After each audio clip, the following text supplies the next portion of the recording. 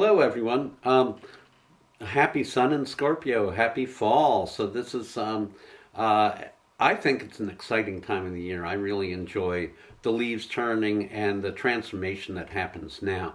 Most cultures, this time of Sun in Scorpio, the second lunation of the month of the fall. This is a time in all cultures for transformation, for change, for a rebirth cycle. Even though we're diving into the dark times, it's also an indwelling of what's possible. So it doesn't have to be. There's a difference between dark and dead. So the sun goes into Scorpio, and this is the new moon. They're aligning right now today, October 25th, and we have the added bonus of Venus being conjunct the sun and moon as well. Now, I just read recently, someone had posted that better get your relationship energy on because the sun was about to go out of Libra. But that was kind of simplistic because over the last week and the next week, Venus is going to be conjunct the sun, and Venus is going from the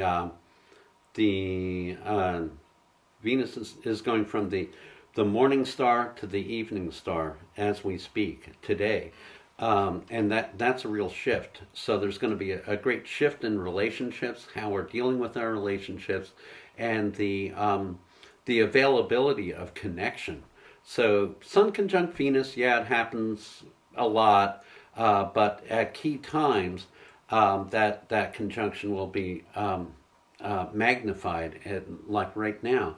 So here we are delving into the dark, the Halloween energy, the Day of the Dead, all this stuff, and yet it's a time when relationships can be enhanced. It's a time to go in deeper with your connections with people, but maybe it's not so much like a daily focus of being with your people. Maybe it's just connecting. Maybe it's the soul connection is that much deeper. The moon being in Scorpio, expect a lot of feelings to come up right now.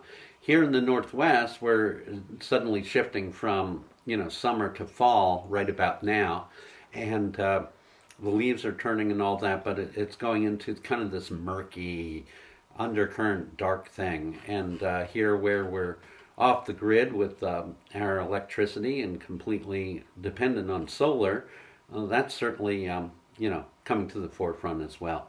So some people kind of resist the dark side, and it's actually a good time to follow Darth Vader's advice of tune into the dark side, Skywalker. Because if you embrace it, if you embrace the shadow energy of now, it can be really rewarding. It can be like dark chocolate rather than murkiness, rather than just a brown energy. So powerful time right now. And Venus will conjunct the sun over the last week and the next week. And so we're going to have this enhanced, focused on reconnecting on a deep level with our Venusian selves, our social aspects and so forth. Then also, at the energy of each sign starts at the new moon and then comes to a crescendo at the full moon, and then releases between the full moon and the next dark moon. And so in this month, we also have to look forward to. We have the full moon brings us the elections, and also we're as of about a few days from now, Mars will be retrograde, and we're going to talk about that as well. So let's talk about the elections for a minute at the full moon. That's always a decidedly creepy, Halloweeny kind of a topic, with a lot of pros and cons, and people, not very many people not having an opinion on it.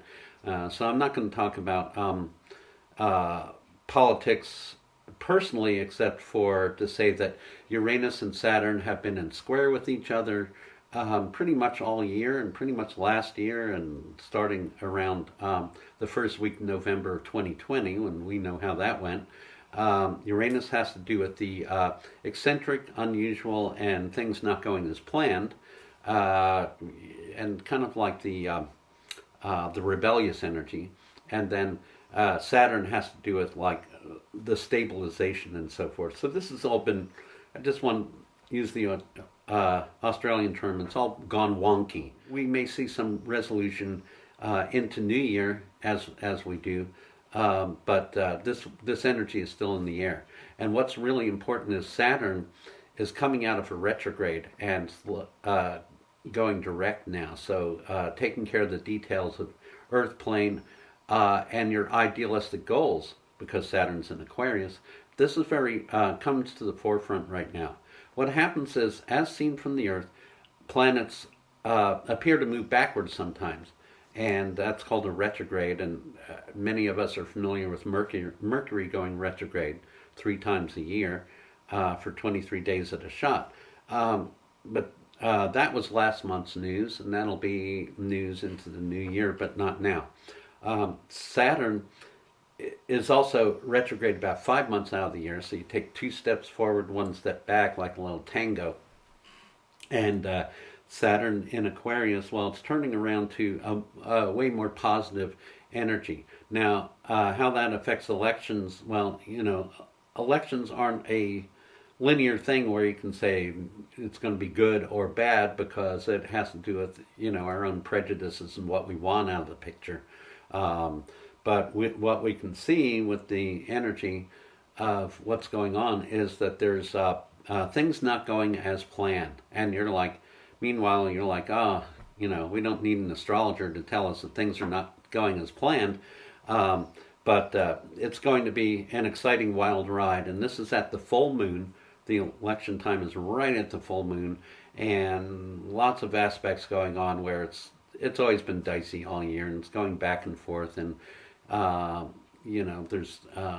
there's shifts, back and forth all summer long right now, and probably we're not done with it. So that should be an interesting thing to watch if you're a Politico. Yeah, enough said on that, because that's a whole 2-hour discussion. I grew up in a media household where we got 4 daily newspapers and 18 magazine subscriptions, because my dad was an editor. So I like, the one thing I enjoy is being well informed from multiple sources, because I think that, otherwise we think that whatever group we're aligned with is all there is, and that's where we make the biggest errors. So moving on, one of the most important things that is going on is Mars is moving to a retrograde. Mars is moving forward, then stationary, slows down to a stop, and then it goes backwards. So picture, with these retrogrades, picture that you're driving a car and you miss your exit, and then on a country road or whatever, and you have to go find the next nearest driveway or whatever, and turn around, do a 3-point turn, and go backwards to get back to where you thought you already were. And that's what a retrograde is like. It's sort of like that extra energy that kind of seems like it's not helpful, but what the retrogrades are really good for is a deepening of the energy that's involved. So with Mars is yang energy, motivation, drive, aggression, chutzpah. Mars is the ability to push for what our agenda is. And Mars has been, typically Mars spends 2 months per sign, and when it's not in a retrograde cycle like this, but Mars spends 8 months in Gemini. So you have Mars going through Gemini, almost all the way through it, slows down to a stop on October 29th, very soon. Then it starts moving backwards up until January 10th, I believe. And then Mars has to go through Gemini again to at least the middle of March. So, it's a powerful time for rebooting in a way. But Mars retrograde is it's not, when they talk about, good and bad influences and things like that, Mars is a malefic influence, because Mars energy is the energy of war, of conflict, of aggression, and Mars retrograde is a time when, unfortunately, I've seen the unfortunate shootings and stuff tend to go up, domestic violence, other things.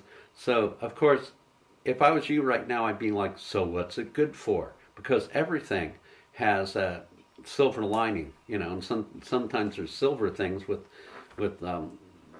not nice linings, but Mars retrograde does have a silver lining.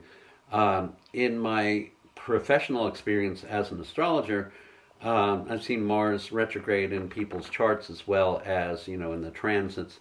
And a lot of times people work through their past abuse issues during that. When Mars retrograde happens, a lot of times there's forgiveness, or there's like going to the next level. There can be a release from old forms of aggression. And like, for example, Mars not being retrograde, there's been the war in the Ukraine. Well, Mars being retrograde, it could go a lot worse, or there could be resolution there. And on personal levels, there can be conflicts that you have with other people. And Mars retrograde, particularly in Gemini, which is about communication, Mars retrograde is a time when there can be a release from the past, perhaps, a conversation or a breakthrough, or writing a letter or something like that. So if you have anything like that in your life, this time coming up, starting on October 29th, is a good time to release yourself from the demons of the past and past resentments and things like that. So that's the silver lining of Mars retrograde, and it really works. Sometimes it's kind of like I love I'm a Doctor Who fan, and there's a phrase in there: reverse the polarity, and that's what these retrogrades do. So this can also be like, if you think that you're, on a roll, sometimes that Mars retrograde will kind of confound you, but it's like there's a silver lining in there. There's something to be had with that. So that's so typical in my Heyoka, pattern of riding the horse backwards and being contradictory. I'm seeing the silver lining in the Mars retrograde. Meanwhile, remember that Venus is conjunct the Sun. Today, October 25th, Venus is also conjunct the Moon. And so set strong intentions this month for going in deeper with your relations.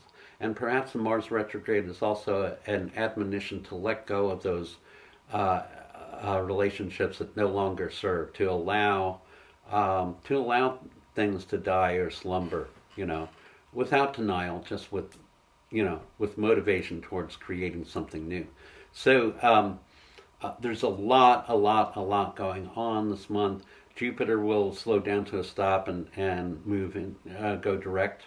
Direct is the opposite of retrograde. Direct means forward. And that's going to happen at the end of this lunar month. Saturn on October 22nd turned around. That's good news. But it's certainly going to be a mixed bag, and it'll be noticeable to all concerned, because Scorpio is like the subtlety of a rattlesnake curling and looking at you intently, and then the movement happens and it's sudden. So expect sudden changes in your life in this coming month. Expect things to be stirring. Expect the pot to be, contradictory and stirring in a new way. And if you use the inspiration of Neptune and Jupiter conjunct Neptune, it can be a time where you can create a new world and visualize a new world and incubate it over the winter months for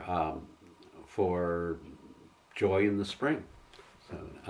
So keep all that in mind, and I'm here to also, this is a free service that I do in support of enthusing people to get personal readings, which I love to do, in-depth personal readings, and I do this for people all over the place. So I hope you're one of them or want to become one of them. And otherwise, at the very least, like this page and become a subscriber, which costs you nothing. So thank you for your time, and wishing you a happy fall and a loving descent into the darkness of the rebirth that's possible now. Okay, blessings.